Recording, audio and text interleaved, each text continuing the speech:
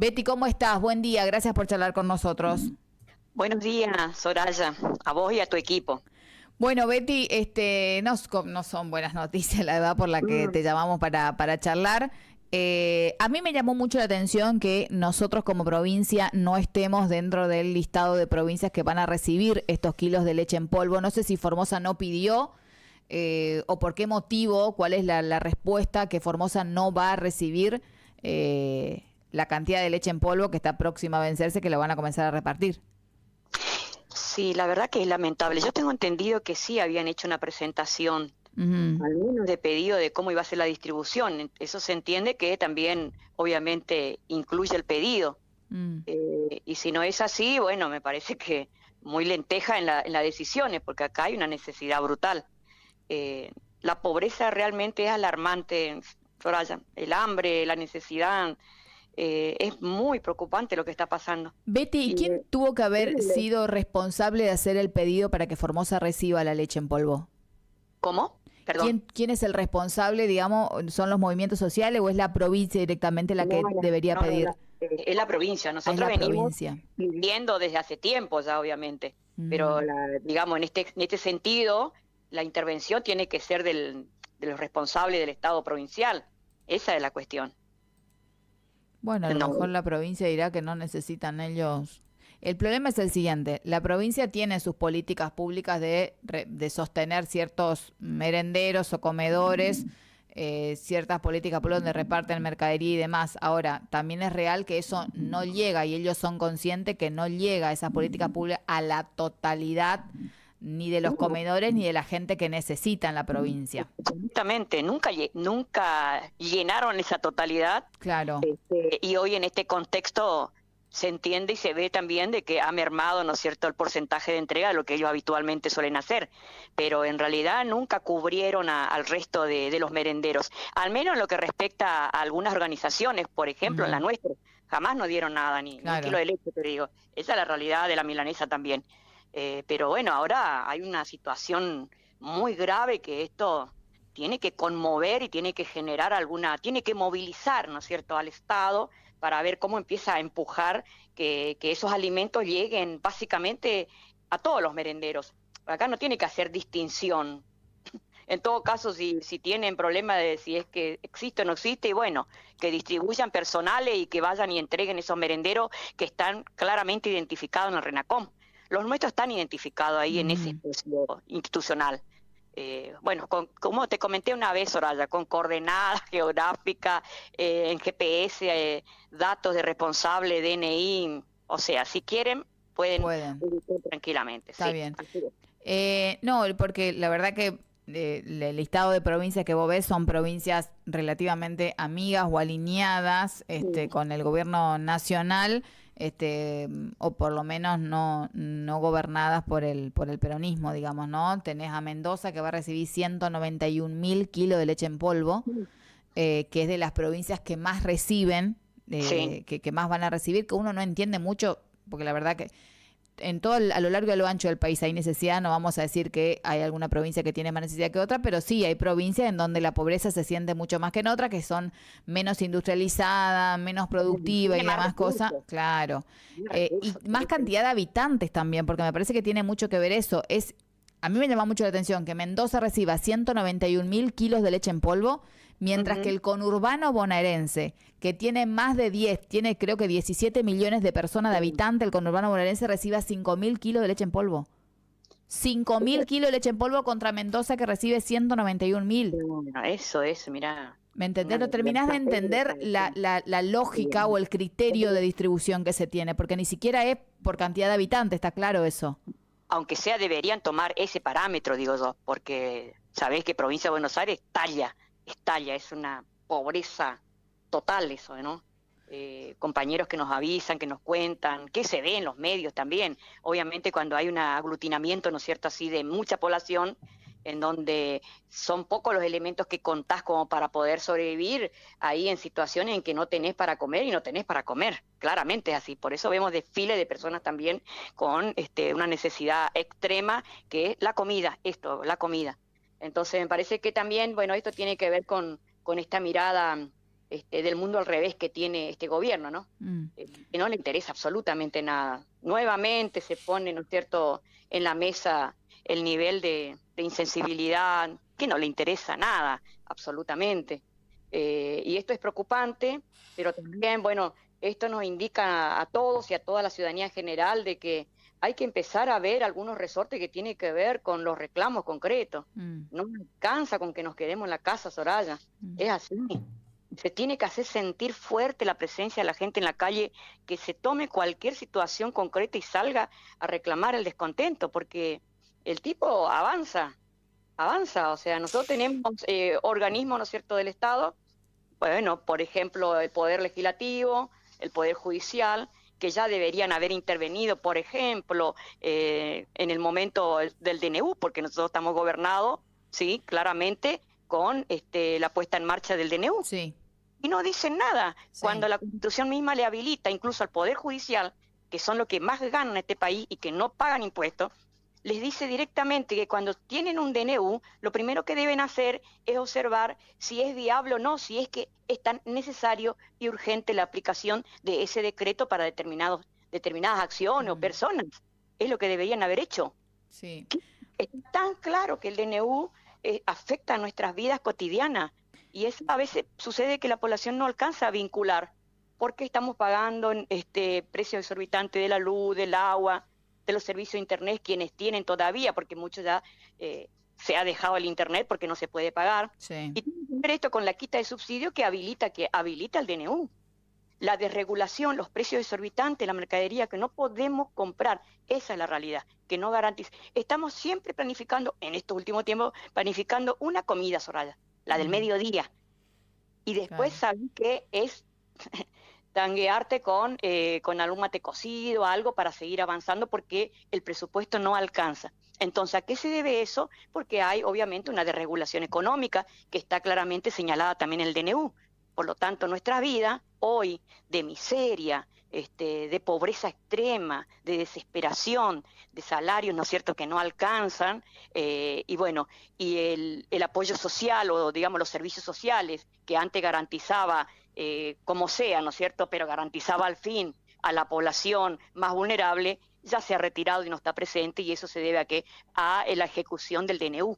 Claro. Y el DNU es como que está ahí, como que nadie decide qué es lo que va a pasar. También demasiado me parece el Senado, o sea, tengo una bronca, te digo, porque son cosas que se podían hacer en el momento, el momento. Cuando salió el DNU, ¿qué es lo que tenía que hacer esta gente? Bueno, está claro que por ahí la clase política vive otros tiempos y sin lugar a duda otra realidad completamente distinta. Lo decimos siempre nosotros, digo, senadores con 8 millones de pesos de salario, claramente vive una realidad distinta a la que el común denominador de las personas. Vos fíjate, se conocieron los datos de la UCA, de los niveles de pobreza. Diciembre del 2023 estamos en 49,5% de pobreza. Ahora, de los últimos datos, estamos en 55,8%. Superamos el 50% de los niveles de pobreza en la República Argentina. Un 6,5% más, 6,3% más de incremento entre diciembre del año pasado a la fecha actual, que fue la medición de la UCA. Y la indigencia en diciembre estaba en 9,6% y hoy está en 17%. 17, exactamente. Pero estamos superando incluso datos históricos, índices históricos de pobreza, de niveles de pobreza e indigencia en un tiempo tan fulminante de 6 meses. Pero entonces digo, también es necesario que la población se informe y vean cuáles son los resortes que determinan hoy esta calidad de vida que estamos teniendo y la pérdida de nuestra dignidad, ¿sí?, de nuestras vidas. Y acá me parece que a veces hay que ser ese rol, ¿no es cierto?, docente, pero me parece que se tiene que preocupar la población. Nosotros hacemos esos tallercitos, Soraya. Sí. ¿Cuáles son los poderes que determinan nuestras vidas directamente? Y que no hay que estar allá arriba y que no tiene nada que ver con nosotros. Cuando nosotros elegimos a alguien como presidente, lo estamos eligiendo para que sea, ¿no es cierto?, cabeza del Poder Ejecutivo, que tiene en sus manos, ¿sí?, las facultades de garantizar, se supone, el buen vivir de su población. además tiene que ejecutar leyes, no al revés como está haciendo este tipo. Este tipo le está tirando leyes prácticamente a la Cámara Legisladora y los otros no hacen nada. El Claro. Poder Legislativo, compuesto por diputados, ¿a quiénes elegimos para ocupar esos espacios, esas bancas que están en Buenos Aires, ¿no? Sí. Diputados nacionales y los senadores. ¿A quiénes elegimos cuando en la Constitución está diciendo que directamente tienen 10 días de plazo estas personas, 10 días de plazo para recepcionar, cuando recepcionan, digo, el DNU, 10 días de plazo para decir sí o no, porque tampoco pueden modificar, no pueden hacer ninguna enmienda a ese DNU. Otro de los errores también, ¿no es cierto? Lo toman o lo dejan. Sí. Otro cantar, pero tienen 10 días para decir sí o no. Ellos podrían tranquilamente autoconvocarse y decir, rechazamos absolutamente este DNU. Claro. Y bueno, a foja cero todo y que empiece a gobernar como corresponde. Al revés están haciendo. Tardaron casi 2 meses la Cámara de Senadores para decir no, y la Cámara de Diputados Nacional todavía no dice nada. Por lo tanto, esta miseria agravada hoy, ¿no es cierto?, en estos días, y va a seguir en tanto en cuanto la gente no presione y estos espacios donde están estos hombres y mujeres que representan, se supone, al pueblo argentino, no dicen nada y bueno, esto va a ser mucho más jodido. Y esto que te decía también, del Poder Judicial, a la pucha que no tiene responsabilidad. El Poder Judicial también tendría que haber dicho ya si era urgente y necesario retirar los medicamentos, ¿sí?, para las personas con problemas oncológicos. No dicen nada, dicen que era urgente y necesario que mueran ya 7 personas. Urgente y necesario que retiren los alimentos de los merenderos. Era urgente eso. Urgente y necesario que retiren los alimentos de los merenderos de las escuelas con el nivel de pobreza que estamos. Bueno, así se tiene que leer el DNU. Urgente y necesario es. Urgente y necesario es que la población pague precios exorbitantes de luz, de agua, de gas y que se muera de hambre y de frío. Eso es el DNU. Si eso la población no alcanza a entender, y este tipo va a seguir avanzando. Va a seguir avanzando. Buen día, ¿cómo estás? Daniel te saluda. Buenos días, Daniel. Una de mi parte simplemente, y es el hecho de que en esta estadística también y este informe publicado por la UCA, hay una cuestión que también cae, digamos, o la decantación que llega es por parte de justamente los números de pobreza, de desocupación y los indicadores sociales alarmantes que tenemos ahora, y es la cuestión de los hogares que ingresan en una situación de vulnerabilidad también por venta o consumo de estupefacientes, ¿no? Que dentro del informe habla de un 29,2% de los hogares que están atravesados de alguna forma por la cuestión no solamente ya del consumo, sino muchas veces de la venta, es decir, ingresar en un mercado no solamente ilegal, sino altamente peligroso por el hecho muchas veces del sostenimiento del hogar, o pibes que directamente no tienen para comer y terminan ingresando en este mundo, que parece haber una consecuencia casi obvia, como que no tiene ninguna novedad, pero el tema son los altos índices que tenemos ahora de hogares, no solamente personas, que han ingresado en esta situación. Así es, Daniel. O sea, un Estado que se retira, que no le da la asistencia necesaria en momentos más delicados y críticos, y bueno, le está abriendo las puertas al narcotráfico. Y eso sucede en todos lados, en todos los países. Cada vez que el Estado se retira, bueno, entran estos personajes, ¿no es cierto?, que tampoco les interesa nada la vida, porque lo único que hace es adormecer más al pueblo y llevarlo a la muerte en su defecto, pero es así. Y ya está avanzando eso, Daniel. Se está viendo en nuestros barrios, ¿eh? Se está viendo en nuestros barrios de la ciudad de Formosa y del interior. A todo esto cuando uno piensa que la pobreza se recupera únicamente con reactivación económica, no es tan así, digamos. La pobreza, hay un montón de otras variables y factores que influyen y que comienza a afectar estos niveles de pobreza tan elevados, de pobreza, de indigencia, porque creció en términos porcentuales, creció más la indigencia que la pobreza. Lo cual es mayor preocupante porque eso quiere decir que gente que ya estaba en la pobreza hoy está mucho peor. Los números de la educación, ¿no? La pérdida de trabajo registrado, los números de chicos que abandonan entre 18 y 24 años, que abandonan la escuela y no van más porque se dedican a salir a trabajar para poder ayudar a la casa, los chicos de entre 5 y 3 y 5 años que no están escolarizados todavía y que deberían estar ya escolarizados. Digo, hay muchas cosas que hay que recuperar. La caída de la cuestión económica trae como consecuencia una caída social también de los niveles de pobreza, como lo estamos viendo ahora. No es solamente aumentar el consumo, hay un montón de otras cuestiones que después cuesta recuperarse. Digo, ¿cuánto nos costó recuperarnos de lo que fue en la época de los 90, de lo que fue el deterioro de la educación en aquella época? No es algo que se recupera dentro de 4 años más. Totalmente. Soraya, sí, es como vos decís, es un universo, ¿no es cierto?, de factores que intervienen y que afectan seriamente.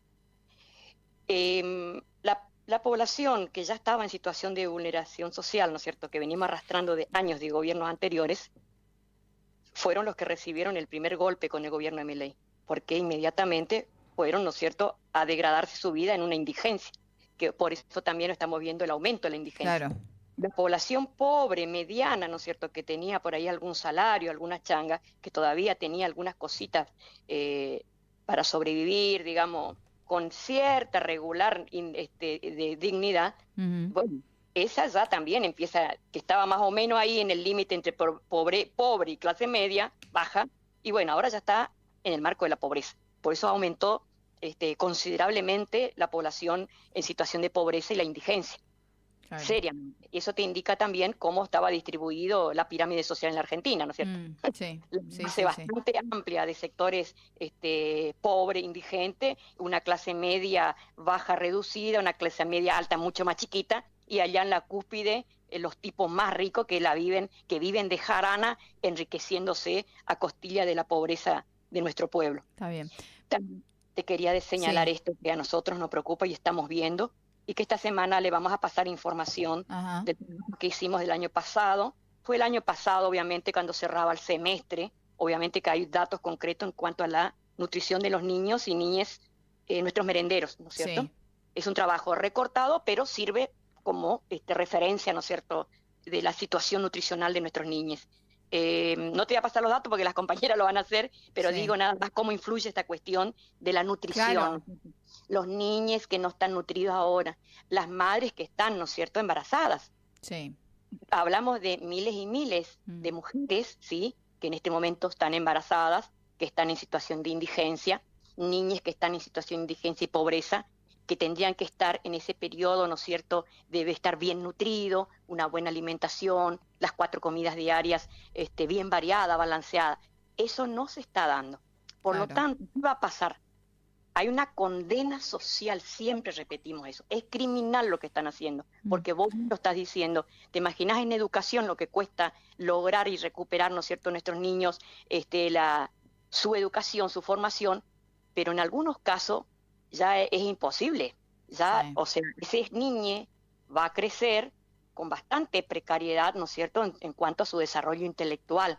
Y nosotros siempre decimos, qué bronca da y qué maldito y perverso tenés que ser, porque vos le estás condenando a que los niños hoy, cuando sean más grandes, adolescentes, nunca lleguen a la universidad, porque no van a llegar a la universidad, porque están justamente condicionados ya en su cabecita. En la cabecita nuestra tenemos un cerebro conformado por neuronas que hay que alimentarles bien, para lógico. Que potencialmente capaz, ¿no es cierto?, de absorber como esponja el conocimiento. Pero si está con alimentos tan, digamos, tan precarios, afecta seriamente. Por lo tanto, vamos a tener en el futuro ciudadanos grandes que no van a alcanzar, que no van a ser profesionales, con bastantes dificultades y enfermos. Y vamos a hablar de miles de personas en ese estado. Claro. Por lo tanto, ¿te imaginas la responsabilidad de este hombre que no le interesa nada? Y entonces, ¿qué tenemos que hacer los ciudadanos y ciudadanas? Y bueno, empezar a analizar esto, leer, informarnos y movernos. No quedarnos haciendo catarsis en las casas. No sirve eso. Bien. No sirve. Betty, te agradecemos mucho por la charla. Queríamos charlar sobre esto de los datos de la UCA, que la verdad que son tristísimos y como yo digo, no va a ser fácil ir remontando porque está bastante estancada la cuestión económica. Si bien los números de la inflación han bajado, el repunte de la economía, de lo que se esperaba, ya iniciamos la segunda etapa del año prácticamente, el segundo semestre, así que bueno, no va a ser fácil remontar todo el saldo social que va a dejar este año con los niveles de ajuste tan grandes que se han hecho, ¿no? Así que bueno, queríamos charlar con vos sobre eso. ¿Puedo agregar algo más? Sí, sí. No, decía que también como datos para que manejemos, ¿no? Esto que decía, cómo cuesta recuperar. Lo que hizo Menem durante su gobierno neoliberal, Sí. no hemos logrado recuperarlo en cuanto al tema laboral. Han quedado millones de personas sin haber ingresado posteriormente en el mundo del trabajo formal. Eso es lo que pasó. Bien. ¿Te acordás cuando daban el IFE? Sí. El IFE que, bueno, que ellos pensaban que era 3 millones nomás, Sí. y que 12 millones. Sí. Es decir, 12 millones de trabajadores y trabajadores en situación, ¿no es cierto?, de, bueno, de desocupación y de rebusque de trabajo informal. Eso es el saldo que venimos arrastrando del modelo neoliberal de Menem. Tal cual. Este se profundiza, obviamente. Sí. Betty, te agradecemos mucho, te mando un abrazo y esperamos los datos de ese trabajo que están haciendo en territorio, en campo. Dale. Gracias, Betty. Hasta luego. Un abrazo para los dos.